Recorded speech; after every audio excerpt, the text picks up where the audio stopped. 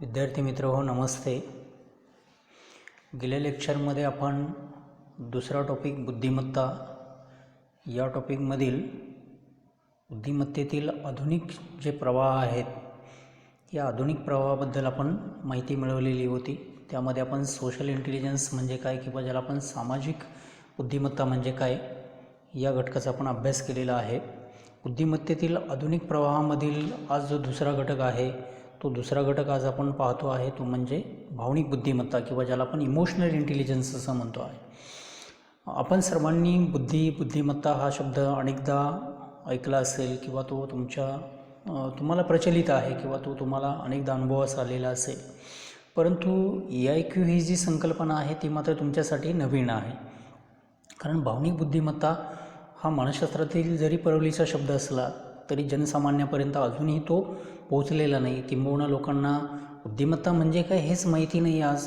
तर भावनिक बुद्धिमत्ता म्हणजे काय हे लोकांना माहीत असणं तसं दुरापास्त आहे. कारण भावनिक बुद्धिमत्तेचा अनुभव लोक अनेकदा घेतात, पण नेमकं हीच भावनिक बुद्धिमत्ता आहे किंवा भावनिक बुद्धिमत्तेची उदाहरणं कशी असतात हे लोकांना मात्र माहिती नाही आहे. आपल्याला या टॉपिकमध्ये भावनिक बुद्धिमत्ता म्हणजे काय हे समजून घ्यायचं आहे, ज्याला आपण इमोशनल इंटेलिजन्स क्वोशंट असं म्हणतो आहे. भावनिक बुद्धिमत्तेसंदर्भातली ही जी भावनिक बुद्धीची संकल्पना आहे या संकल्पनेसंदर्भात आपण एक सुरुवातीला एक्झाम्पल घेतो की ज्या एक्झाम्पलच्या सहाय्याने आपणाला भावनिक बुद्धिमत्ता म्हणजे काय हे अधिक चांगल्या प्रकारे समजून घेता येऊ शकेल. उदाहरणार्थ एखादा क्लास 1 ऑफिसर आहे, IAS IPS अधिकारी आहे, तो प्रचंड टॅलेंट आहे, स्पर्धा परीक्षा त्यामध्ये चांगलं यश संपादन करून तो एका चांगल्या पोस्टवरती आज काम करतो आहे. तो आपल्या कामावरती आपल्या ॲडमिनिस्ट्रेशनमध्ये अतिशय प्रॉम्प्ट आहे. त्याचं काम अतिशय उच्च दर्जाचं आहे, चांगल्या प्रकारचं आहे. परंतु तो जेव्हा आपल्या कुटुंबामध्ये येतो, फॅमिलीमध्ये येतो, फॅमिलीमध्ये आल्यानंतर फॅमिलीशी जे त्याचे रिलेशन आहेत तर ते जर तितकेसे चांगले नसतील, तो आपल्या मुलांसाठी, आपल्या पत्नीसाठी, आपल्या कुटुंबासाठी जर वेळ देत नसेल किंवा त्यांच्याशी चांगला सुसंवाद साधत नसेल किंवा कामावरती ज्या पद्धतीनं तो वागतो बोलतो तीच पद्धती जर तो घरातील व्यक्तींशी वागत असताना जर तो वापरत असेल किंवा इतरांच्या भावनांचा तो विचार करत नसेल, घरातील कुटुंबातील सदस्यांच्या भावनांचा तो विचार करत नसेल, त्यांच्या मनाचा विचार करत नसेल, तर त्याच्याकडे किती जरी चांगली बुद्धिमत्ता असली तरी त्या बुद्धिमत्तेचा व्यावहारिक जीवनामध्ये तसा फारसा आपल्याला उपयोग नाही असं आपल्याला म्हणावं लागेल. किंबहुना जर कौटुंबिक जर स्वास्थ्य आपल्याला चांगलं हवं असेल किंवा मानसिक स्वास्थ्य जर आपल्याला हवं असेल तर त्यासाठी आपल्याकडे चांगला भावनिक बुद्धिगुणांकसुद्धा असणं गरजेचं आहे. केवळ नुसती चांगली बुद्धिमत्ता असून आपण जीवनामध्ये यशस्वी होणार नाही आहे, तर त्याच्यासोबत आपल्याकडे चांगला EIQसुद्धा असणं गरजेचं आहे. IQ तर आपल्याकडे असायला हवाच, कारण जीवनामध्ये आपल्याला प्रगती करायची असेल, चांगला व्यवसाय करायचा आहे, चांगली नोकरी करायची असेल तर त्यासाठी चांगल्या बुद्धिमत्तेची आपल्याला गरज असते. आणि बुद्धिमत्ता ही काही आपण बाहेरून प्राप्त करू शकत नाही आहे, तर ती बायबॉर्न कॅपॅसिटी आहे, ती जन्मजात असते आणि ती फक्त आपल्याला पुढे कशा पद्धतीने विकसित करता येऊ शकेल याचा आपण विचार करतो. परंतु EIQ ही जी कन्सेप्ट आहे ही मात्र आपण कसं वागतो आहे इतरांशी कसं बिहेव करतो आहे याच्यावरती एखाद्या व्यक्तीकडे EIQ चांगला आहे की नाही हे आपल्याला समजून घेता येऊ शकतं. आज आपण पाहतो की आपल्या अवतीभोवती खूप सारी अशी काही उदाहरणं घडतात की जी आपलं मन विषण्ण करतात. लोक इतरांशी कसे वागतात किंवा इतरांच्या भावनांचा कसा अनादर करतात किंवा कुटुंबातील सदस्यांशी ते कशा पद्धतीने त्यांची अवहेलना करतात, ही सगळी उदाहरणं आपण दररोजच्या जीवनामध्ये पाहतो, ऐकतो, वर्तमानपत्रांमध्ये वाचतो. तर त्याच्यावरून आपल्याला हे लक्षात येतं की या लोकांच्याकडे भावनिक बुद्धिमत्ता आहे की नाही आहे.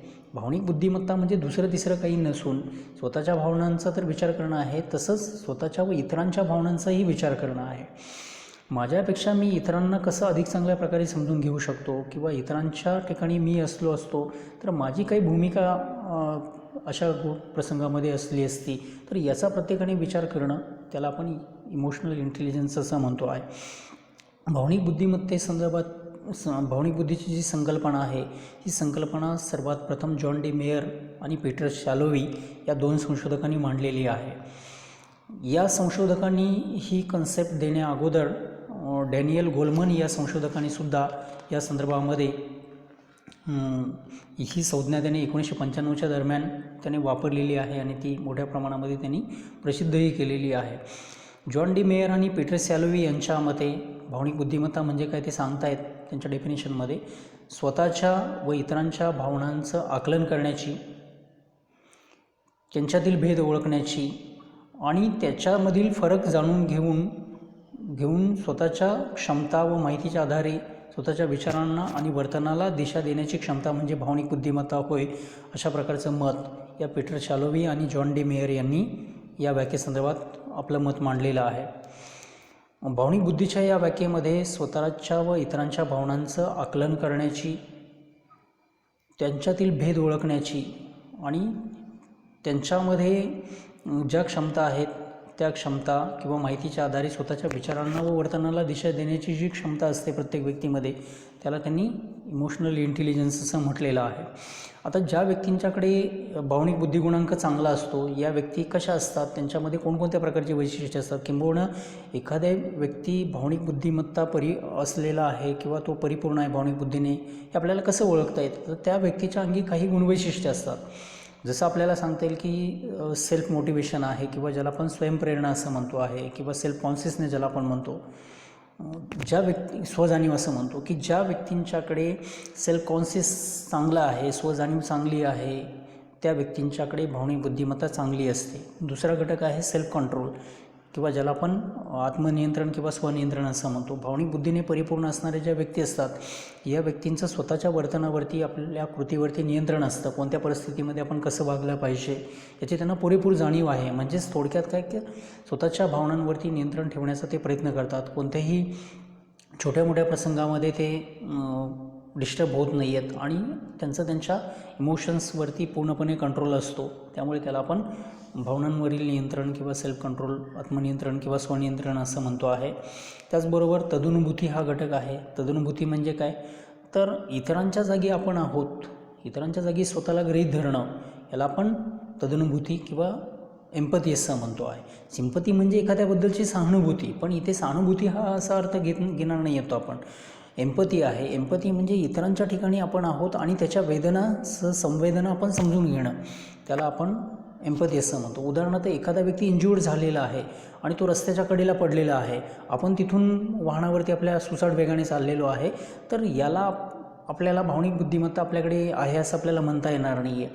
आपण कोण आहोत, काय आहोत, हे इथे महत्त्वाचं नाही आहे. आपली त्या व्यक्तीला आता मदतीची गरज आहे आणि अशा सिच्युएशनमध्ये आपण त्याला टाळून आपण पुढे जाऊ शकणार नाही आहे. जर तो इंज्युअर्ड झालेला असेल, जखमी अवस्थेमध्ये असेल, तर आपण तिथे थांबलं पाहिजे, त्याला हॉस्पिटलमध्ये नेलं पाहिजे किंवा त्याच्या घरातील व्यक्तींशी कॉन्टॅक्ट केला पाहिजे आणि त्या पद्धतीनं पुढची प्रोसेस आपण करायला पाहिजे. इथे भावनिक बुद्धिमत्ता चांगल्या असणाऱ्या व्यक्ती या वैशिष्ट्याने परिपूर्ण असतात, कारण यांच्याकडे एम्पथी चांगली आहे.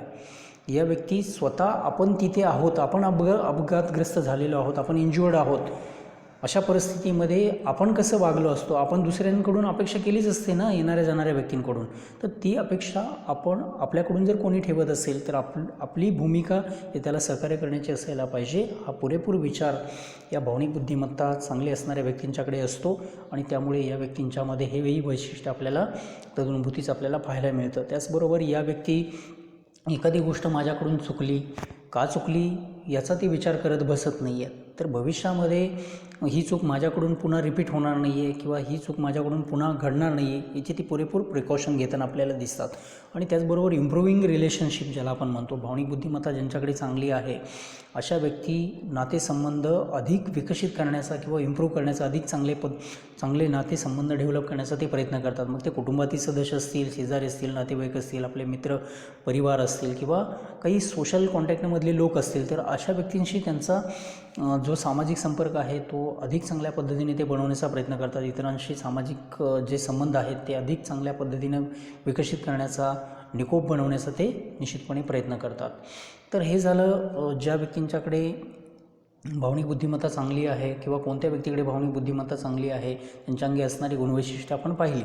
आता भावनिक बुद्धी गुणांक जर आपल्याला काढायचं असेल तर त्यासाठी एक मानसशास्त्रीय चाचणी या जॉन डी मेयर आणि पीटर सॅलोवी या दोन संशोधकांनी तयार केलेली आहे. त्या चाचणीला MSCEIT या नावाने ओळखले जाते. M for Mayer, C for कॅरुसो,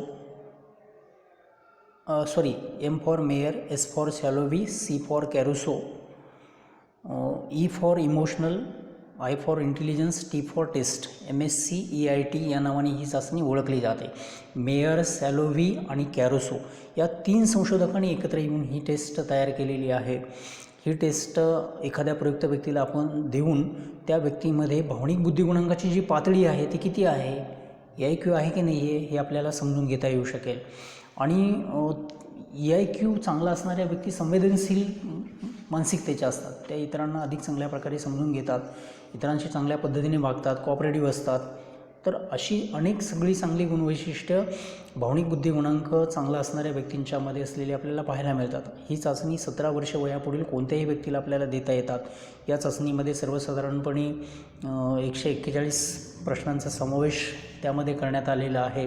आणि या चाचणीसाठी 40 ते 50 मिनिटांचा जो वेळ आहे तो वेळ दिला जातो. आणि त्या दरम्यानच्या वेळामध्ये आपल्याला ती चाचणी सॉल्व करायची असते.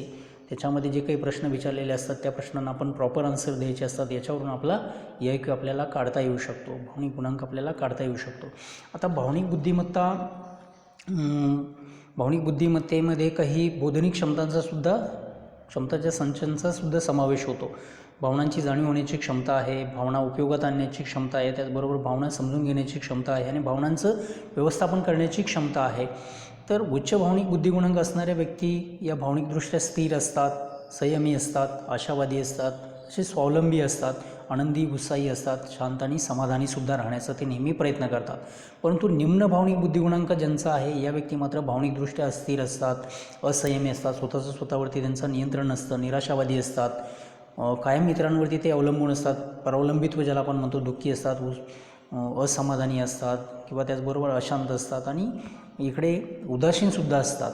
तर ही सगळी निम्न भावनिक बुद्धिगुणांक असणाऱ्या व्यक्तीची वैशिष्ट्यात आपण पाहिली. पण ज्यांचा भावनिक बुद्धिगुणांक उच्च दर्जाचा आहे अशा व्यक्तींच्यामध्ये मात्र आनंदी समाधानी वृत्ती आपल्याला पाहायला मिळते. तर विद्यार्थी मित्र हो, आज आपण EIQ म्हणजे काय, ज्याला आपण इमोशनल इंटेलिजन्स क्वोशंट असं म्हणतो आहे, भावनिक बुद्धिमत्ता म्हणजे काय, इमोशनल इंटेलिजन्स या घटकाचा आज आपण अभ्यास केलेला आहे. बुद्धिमत्तेतला हा आधुनिक प्रवाहामधला दुसरा प्रवाह आपण अभ्यासलेला आहे. तर इथे आपण थांबतो आहे. यापुढचा जो घटक आहे तो आपण पुढच्या लेक्चरमध्ये घेतो आहे. धन्यवाद.